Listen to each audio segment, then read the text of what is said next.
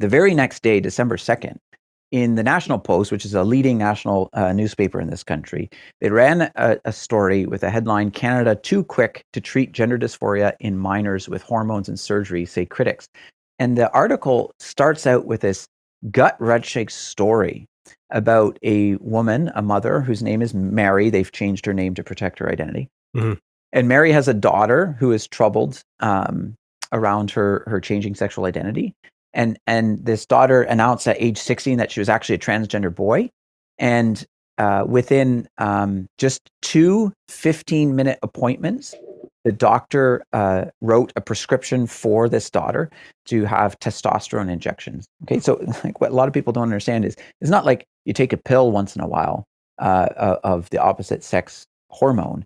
Like testosterone, synthetic testosterone is injected by a needle directly into the bloodstream week after week after week. It's a perpetual treatment that one would have to take if they're changing their gender identity, if that's even a possibility. And Wow. so just two 15-minute appointments, and this 16-year-old girl is now prescribed opposite sex hormone injections. And then the story says, the reporter reports, that within months, not years, months, this teenager has a double mastectomy and identifies And them sorry, as sorry, what's that? a double mastectomy means both of her breasts were surgically Oh, okay. removed. Right, 16 years old, both of her breasts are removed. Now, everybody that if you watch the press conference around Bill C-4, they say, no, we need Bill C-4 because it's going to save lives. But that's certainly not what happened with Mary's daughter. Mary says that her child's longstanding depression and anxiety only worsened. And then at age 21, this daughter is detransitioning, now reverting back to her female identity. But what's wrong is that this young woman is missing her healthy body parts. Two of her healthy body parts were surgically removed, not because they didn't work or not because they were cancerous or because there was something wrong with them or that they were having a negative impact on her health.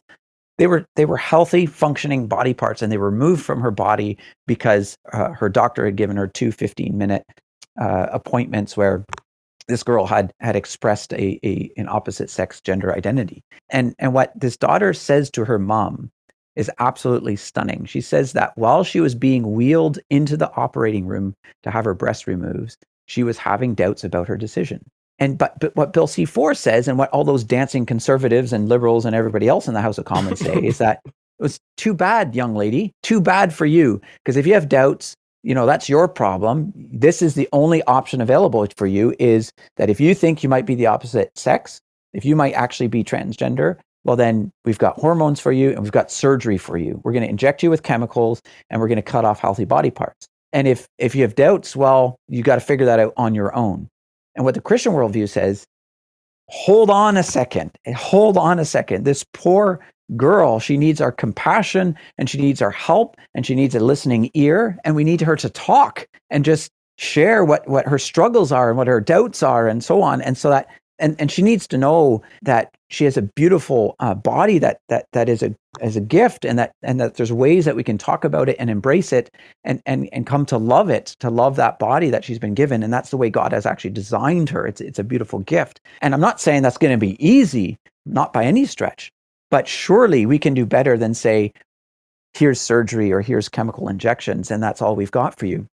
Bill C-4 says, we will use the power and the blunt force of the criminal law to prohibit you from having access to anyone who might give you a different view when you have those doubts. That's a stunning thing that should absolutely shock, again, the consciences of people across this country. Mm-hmm.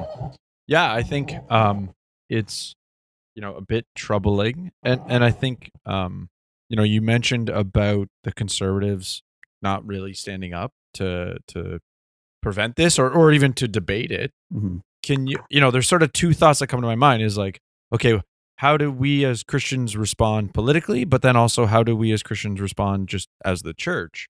Mm-hmm. And the political question is a little bit more also about the environment. I mean, I've been very critical that we no longer vote for representatives; we vote for teams, and Mm-hmm. which team is going to be in power. Mm-hmm.